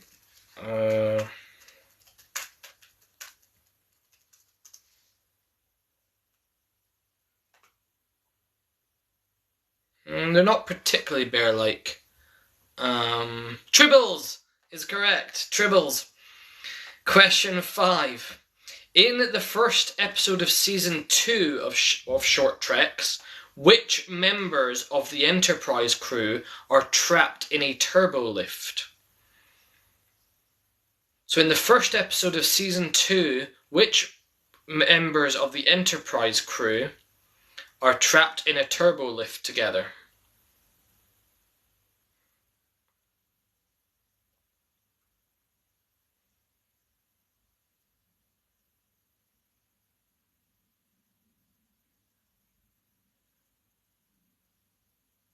Not Sam and John.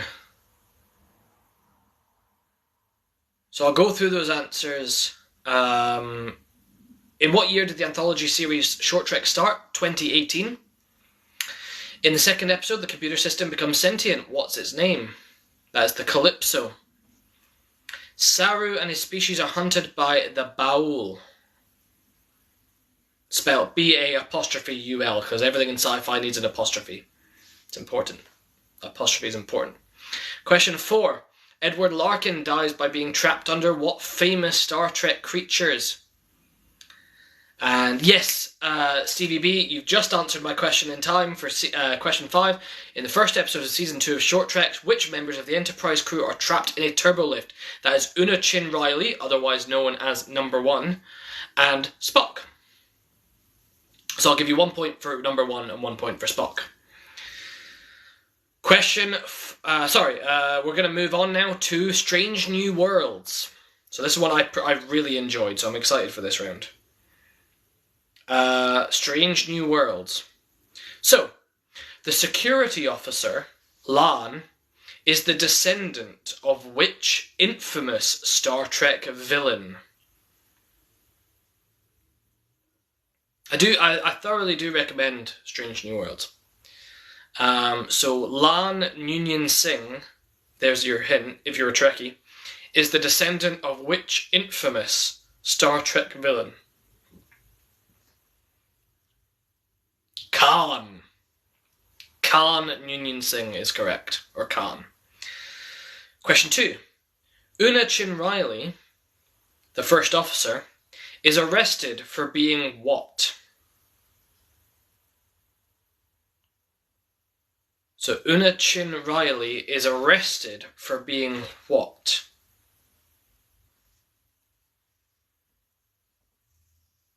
You want multiple? Oh god, I've not prepared multiple choice, so she's arrested for being fabulous. I mean, she's arrested for glowing, in a sense.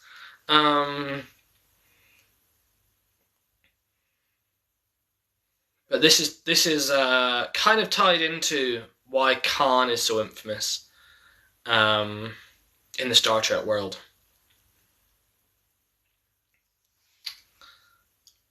So Una Chin Riley is arrested for being what? Question 3. Who plays James Tiberius Kirk in Strange New Worlds? So which actor plays James Tiberius Kirk in Strange New Worlds? And this actor is very good as Kirk, I must say. I really loved his performance.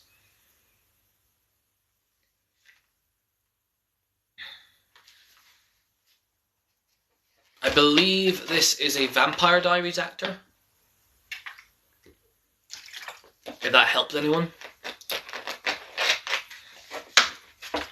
So, which actor plays James Tiberius Kirk in Strange New Worlds?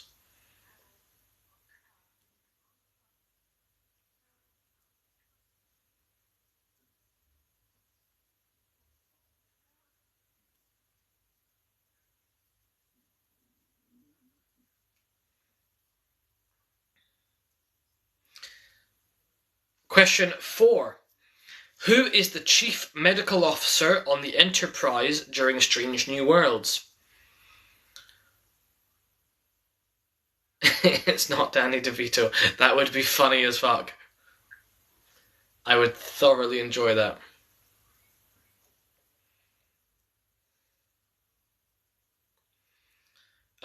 So who is the chief medical officer of the Enterprise during this era? She is charged with prohibited modification. Yes, so she is arrested for being genetically modified. I have not seen any of Picard, I'll be honest. I'm working my way through the modern stuff. So Picard is something I've yet to get around to. I'm going to try and keep going with Discovery, just to see if I can get into it. If not, I'll switch. Recently I've just watched Strange New Worlds and Lower Decks, and I've watched the original series, I've watched some of Next Generation, and I've watched Voyager. So that's my knowledge base, if I'm honest. And I've seen like the films. Yeah, I seriously need to catch up on Star Trek. Question 5. Celia Rose Gooding plays this version of which famous member of the Enterprise crew?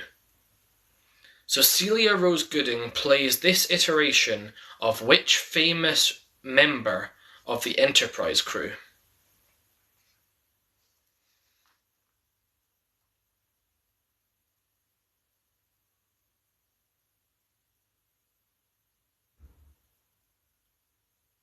Not Yeoman. Uhura is correct. Uhura is correct. So I'll just go through those. The security officer Lan Noonien Singh is the descendant of which infamous Star Trek villain, and that is Khan Noonien Singh. Una Chin Riley is arrested for being what? She is Illyrian, which is genetically modified people. Question 3. Who plays James T. Kirk in Strange New Worlds? That is Paul Wesley. Question 4. Who is the Chief Medical Officer of the Enterprise during this era? That is Dr. Joseph Mbenga. And Celia Rose Gooding plays this version of which famous Enterprise crew member? That is Nyota Uhura. So you get a point for Uhura. Well done. Okay, we're going to move on to the comedy show Lower Decks. So this is the animated one. 5 questions on Lower Decks. Who is the main character of Lower Decks and who plays him? So who is the main character of Lower Decks and who plays him in both animation and live action in that one episode?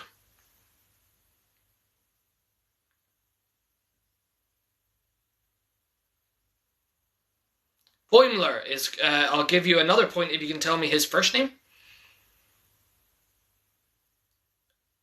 Jack something is correct. Jack something. We'll move on. And Jack Quaid is correct. Bradward Boimler. Yep, Bradward Boimler. Jack Quaid is the actor. You might know him if you've watched The Boys. He plays Huey. Question 2. Who is... So that was the character that William was going to dress up as tonight, but he's not feeling well. So we have his Bradward, because William's got the purple hair already, so we decided he was going to be Bradward Boimler. But unfortunately, William's not well tonight, and things just have been very, very rough between all of us right now. Apart from that, sadly. Just for a minute, for a sweet minute, I wasn't thinking about it, and the emotions just came flooding back to me. Anyway, who is Boimler's chaotic best friend? So who is Boimler's chaotic best friend? I'll give you... Yeah.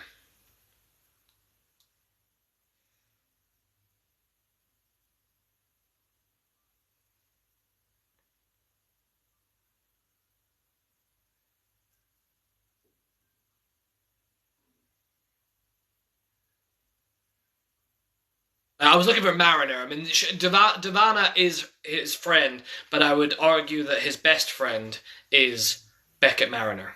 So I'll give you the point for Mariner.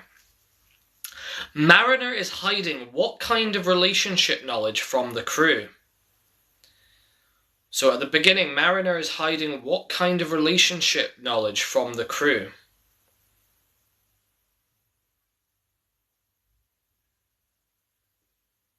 Her mother is the captain.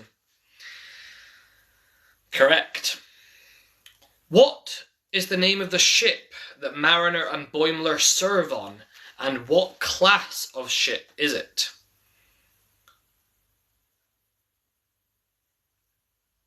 So what ship do Mariner and Boimler serve on, and what class of ship is it?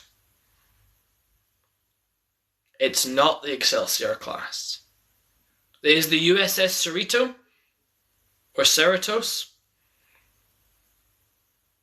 It is the California class.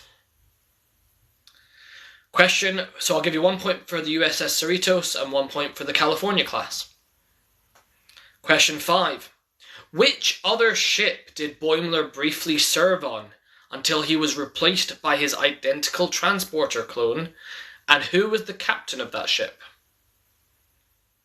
So which other ship did Boimler briefly serve on until he was replaced with his identical transporter clone, and who was the captain?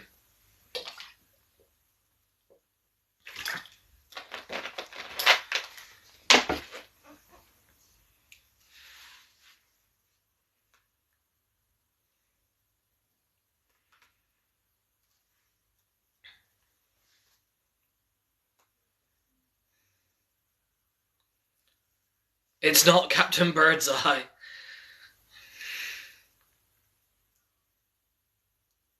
So I'll go through those questions. So who is the main character of Lower Decks and who plays him? That is Brad Boimler, played by Jack Quaid. Who is his chaotic best friend? That is Beckett Mariner. Mariner is hiding what kind of relationship knowledge from the crew? That is that she is the captain's daughter. What ship do Mariner and Boimler serve on, and what class of ship is it? That is the USS Cerritos, and that's the California class. Which other ship did Boimler serve on until he was replaced by his identical transporter clone? And who was the captain of that ship? That is the USS Titan, and that is William Riker. Yay! You got it just in time, Stevie. I'll give it to you. You got it. So yes, the Titan and William Riker, who you guys will know as the first officer of the Enterprise D back in Next Generation. Okay, this is 5 questions on Picard. So there's 10 questions left, guys. There's 2 more rounds to go. So this is 5 questions on Picard. Now, just so you guys know, I've not actually seen Picard. I didn't get around to it because it's been a really, really difficult few weeks. But so apologies if I'm wrong on anything, but I have tried to do my research. What happens to Picard at the end of season 1? Question 1. What happens to Picard at the end of season 1?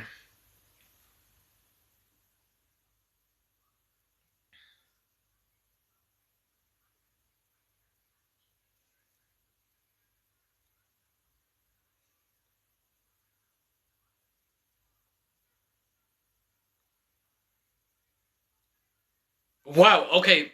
Agent, you actually managed to answer 2 of my questions at once, because my next question was going to be, what happens to him after he dies? Yes, sorry, spoiler alert. So at the end of season 1, he dies, spoiler alert, but his consciousness is transferred to a synthetic body. And I think you actually gave more. Actually, tell you what, I'm going to give you 3 points there, because you gave me positron IC body. I didn't even know that, so have 3 points right there and then. Well done. Question 3. Why did Picard resign from Starfleet? Why did Picard resign from Starfleet?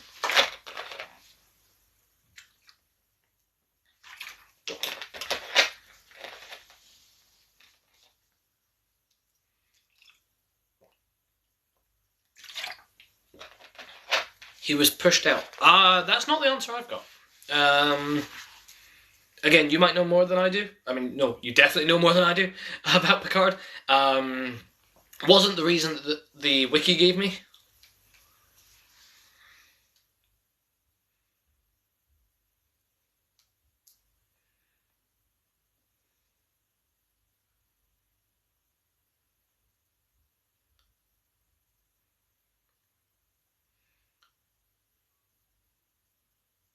He was ill. He was ill, but that's not the reason he resigns. Or it's not the main reason. But you're right, he is, I believe, terminally ill. Question 4. Whose death has greatly affected Picard when we see him in the show? So whose death has greatly affected Picard when we see him in the show?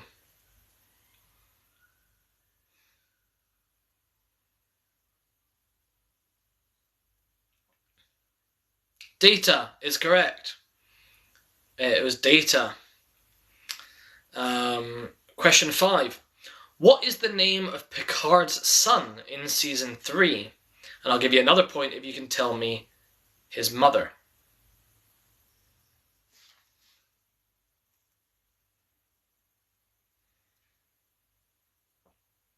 Jack Crusher is correct. Can you give me... God, the competition is fierce tonight in the chat.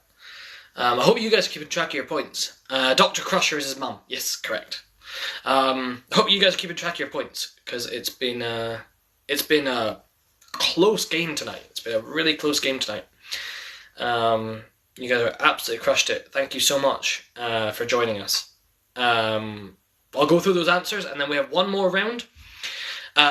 Question, which I'm not sure really counts, but I wanted to talk about. It was originally going to get its own theme, and I'll talk about that in a second, but I decided to essentially lump it in with Star Trek, and we'll talk about it in a second. So what happens to Picard at the end of Season 1? He dies. What happens to him after he dies? His consciousness is transferred to a synthetic body. Question 3. Why did Picard resign from Starfleet? The Federation refused to aid the Romulans after their planet was destroyed. So that actually ties into the 2009 Star Trek film by J.J. Abrams. So I didn't realise that was all in the same timeline, if that made sense.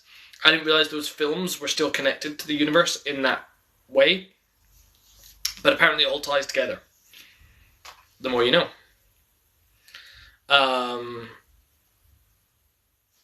Whose death greatly affected Picard when we saw him in the show? And that is Data. Question 5. What is the name of Picard's son in Season 3? That is Jack Crusher, son of Beverly Crusher. So the final round I've got is 5 questions on the Orville. Now I know that the Orville isn't in the Star Trek IP, but it is less of a, I would argue it's less of a parody of Star Trek and is more just Star Trek but unlicensed, if that makes sense, because it essentially is way more serious in tone than I thought. I love the Orville. I thought it was fantastic. So we're going to do 5 questions on the Orville, as I thoroughly enjoyed it and I wanted to talk about it. I was originally going to give it its own theme, but A, I didn't know how niche it was as its own thing, and B, finding costumes for it are near impossible. So the Orville's getting talked about here. Question 1. Seth MacFarlane plays the role of the Captain. What is his character's name? Yeah, Seth MacFarlane. So when I saw it, when I saw that Seth MacFarlane was doing Star Trek, I thought he was just doing like a parody of Star Trek, and in a sense, I guess that's what it is, but it's really serious in tone at points. Ed Mercer is correct. Mercer or Ed Mercer is correct. But actually, it's way more like just a normal Star Trek show. In fact, the one that's more like a parody is the one that is a Star Trek IP, and that is Lower Decks. So, hi William. Hope you're feeling okay. So Michael ran away. He needed to bounce, but he's done his questions, so we're just on the final round now. There's been some really good competition in the chat tonight. So yes, Ed Mercer is correct. Question 2. The second officer, Bortus, comes from a species called Mocklans, who believe what are abominations? So Bortus comes from a species called Mocklans, who believe what are abominations? That is females. So this is one of the big cruxes of the show, is Bortus and his partner Clyden. Clyden? Yeah. I would say Galaxy Quest is more of a parody than a straight up that one does lampoon everything in a way that I don't think the Orville does so much. Galaxy Quest would be fun to talk about. I've not watched The Expanse, actually. I don't think I've even heard of The Expanse, to be honest.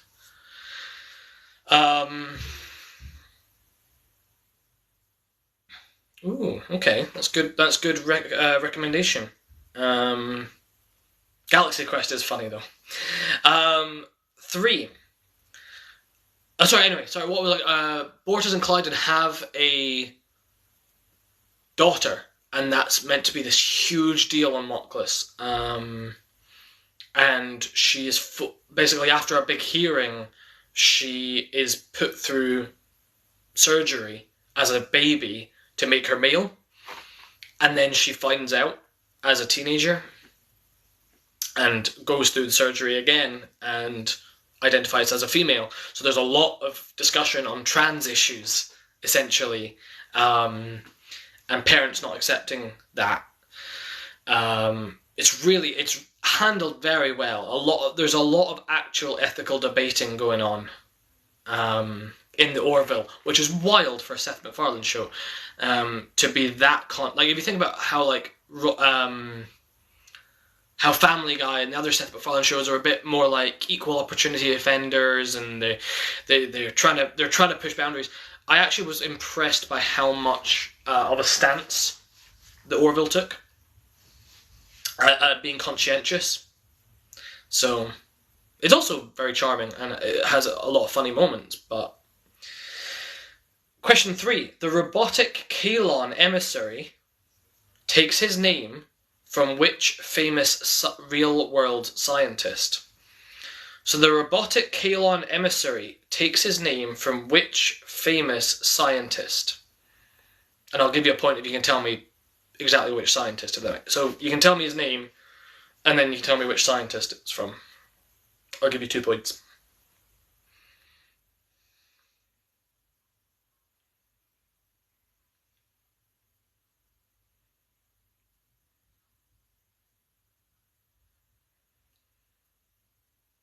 So question 3, the robotic Kalon emissary takes his name from which famous scientist? Question 4, who is the helmsman and pilot of the Orville?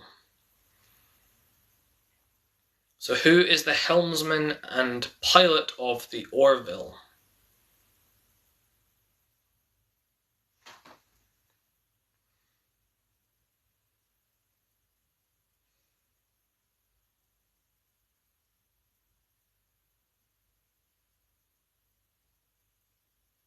Yeah, it's the ginger guy. I know. Yeah.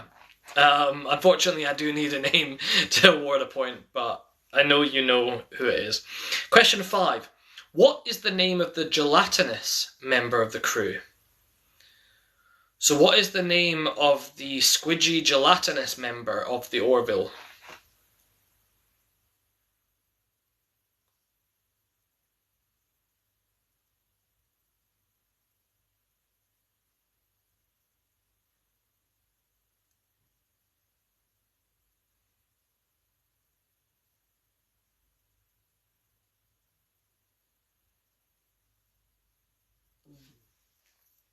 It's not particular. No, it's not like Bob.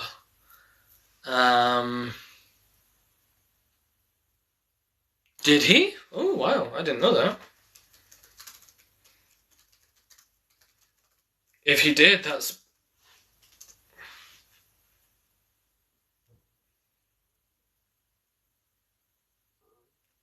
Oh wow, you're right. You're right.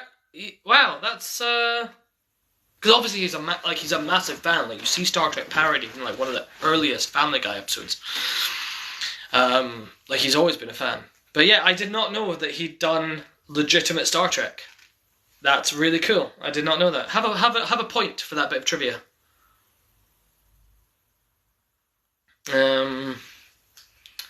So, question 1. Seth MacFarlane plays the role of the captain. His name is Ed Mercer. Question 2. Bortus comes from a species called Mocklans who believe what are abominations? That is females. Question 3. The robotic Kalon emissary takes his name from which scientist? That is Isaac, and he takes his name from Isaac Newton. Question 4. Who is the helmsman aboard the Orville? That is Gordon Malloy. And question 5. The squidgy, gelatinous member of the Orville crew is called Yaphet. So that is the Star Trek quiz over and done with. I believe I know who won, but if you can drop your point, if you have a record of your points, it'd be useful to know. That was some really fierce competition in tonight's chat. Well done. Thank you so much, because you guys are new viewers from what I know. I really appreciate that. It's fine. I believe... yeah, I thought it would be a Mickey too. I totally agree. To be fair, guys, actually, you guys have both done so well, and it was such a close call. It's really hard to actually decide. So I'm going to announce both of you as the winners. So Agent 4777 and Stevie B, congratulations. You're both the winners. So you're going to get a bit of fan art. Tell you what, I'll probably do one bit of fan art with both of you on it, if that's okay, and send it to both of you, if that's reasonable. So please, best thing to do is follow us on Instagram at Scottish Scooby Gang. Message me with a little thing about what you'd like to be depicted as, like what Starfleet uniform you want to be in, or if you don't want to be a Starfleet officer, you can be like a Klingon, you can be something like that. I could draw. So obviously Stevie B, you were saying you wanted to be a Klingon, so Agent, I could draw you as a Starfleet officer fighting. So it would probably be just sent to you digitally, if that's okay. So I'll just send it to you on Instagram. Just because postage is quite expensive and things like that. So it'd be just a little bit, it'd just be a little bit of digital fan art. So message me, and if you could both message me a picture of yourselves, just so I can get, like, obviously it'll be a very cartoony picture, that's just my art style, so it's not going to be like high fidelity or anything like that, but I will try and capture your essence in sort of a cartoony form.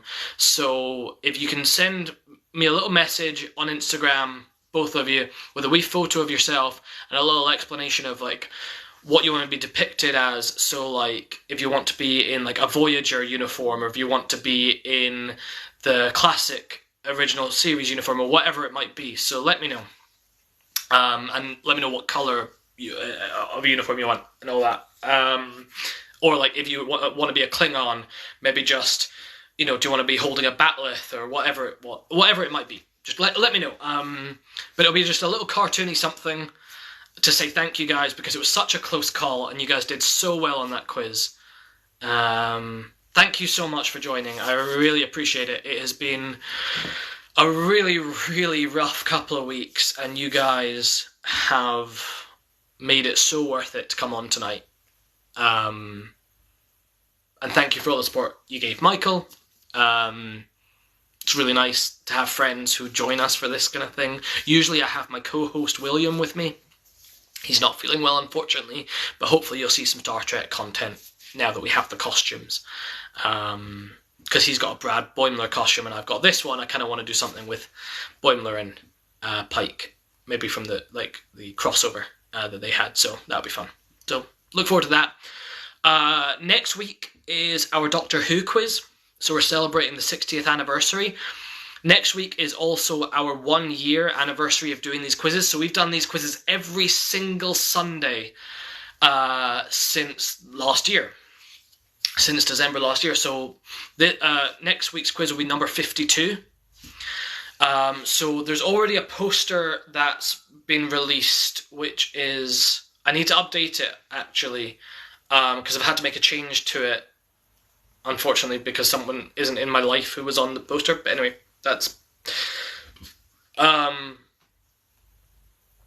poster is on Ko-fi, ko-fi/Scottish Scooby Gang. So that one's depicting the first 50 live streams, but then a new art piece will be coming out after next week, depicting all the guests we've had, or most of the guests we've had, the ones that are still, very much in my life and things like that. To celebrate, we've had some wonderful cosplay guests from all over TikTok and just in my friend group who have come on, and so Michael is our Shaggy in the Scottish Scooby Gang. I'm Fred and he's Shaggy, but I knew that he did the Scooby-Doo one with us, but Star Trek is very near and dear to his heart, so that's why I wanted to get him on for this one. So he'll be depicted as Spock in that art piece, so that'll be going up. So anyway, next week, so normally our quizzes are, sorry I'm rambling a bit, but I'll just I'll get my rambling out of the way so you know where to find us if you want us again. The Doctor Who quiz, usually we do it at 7 PM UK time every week.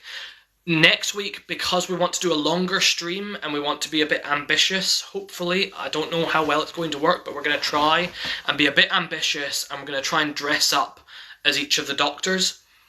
I hope that that's going to work out. I hope that everyone's going to be on good enough terms to do that, and really cap this off. I don't know whether or not we're going to continue after next week. The plan was to do 100 of these, so do another year.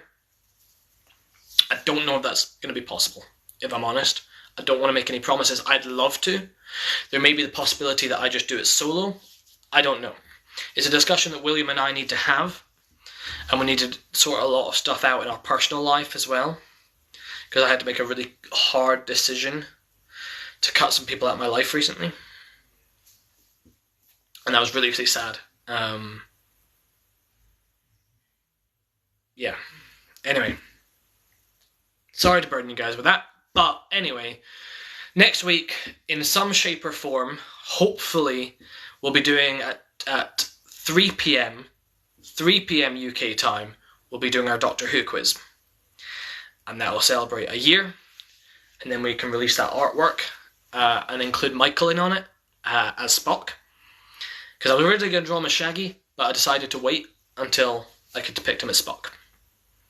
So thank you guys, and thank you so much for joining. If you guys send me those messages, some point this week when I have time, I'll sit down and I'll make the art piece. So I'll draw both of you on the same art piece, and you both get sent it, and then it's completely up to you guys what you do with it. You guys can post it on your social medias. You can just you guys can print it out. I'll make it A4, so it'll be easy to print out if you want it.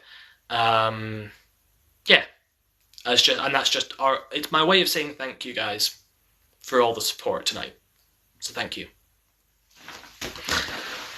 But yeah, follow us on Instagram, Scottish Scooby Gang. Follow our TikToks. We do lots of cosplay content. We do, obviously, Scooby-Doo is a big one. Scooby-Doo. We do Marvel. We have a lot of... we now have Star Wars cosplays and stuff, so there's tons of cosplay stuff on here. I hope to make some more Star Trek content soon, but I want to wait until I'm with William to do that. Thanks, guys.